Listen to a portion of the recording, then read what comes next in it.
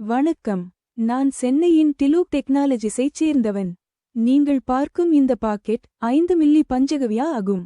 இந்த வீடியோவில் இந்த 5 மில்லி பாக்கெட்டிலிருந்து 500 மில்லி பஞ்சகவ்யா திரவ இயற்கை உரம் தயாரிப்பது எப்படி என்பதை பார்க்கப் போகிறோம். இது மிகவும் எளிதானது.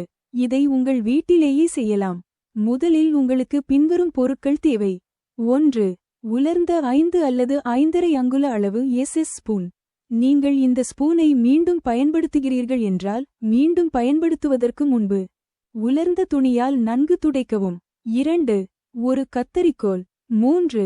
தண்ணீருடன் ஒரு புதிய 1/2 லிட்டர் குடிநீர் பாட்டில். 4. 1 லிட்டர் அல்லது 800 மில்லி அளவு சுத்தம் செய்யப்பட்ட நன்கு உலர்ந்த பிளாஸ்டிக் குவளை. இந்த குவளை முற்றிலும் உலர்ந்து இருக்க வேண்டும். உலர்ந்த மற்றும் சுத்தமான குவளையில் பாட்டிலிருந்து 500 மில்லி தண்ணீரை ஊற்றவும்.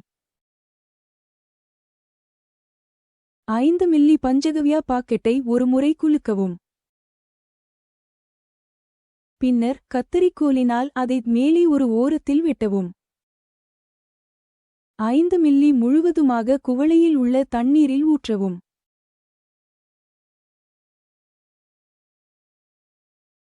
5 அங்குல எஸ்எஸ் ஸ்பூனினால் 5 முறை மட்டும் கலக்கவும். நான் எப்படி 5 முறை கலக்குகிறேன் என்று பாருங்கள்.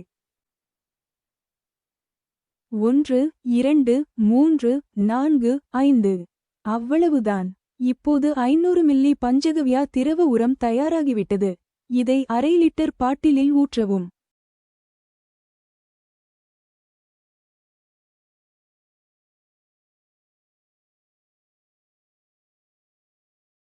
இதை 1/2 லிட்டர் பாட்டிலில் ஊற்றவும்.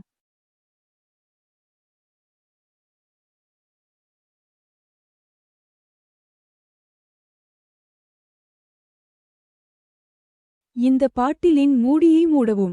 இந்த 500 மில்லி 5 ஆண்டுகள் வரை வைத்து பயன்படுத்தப்படலாம்.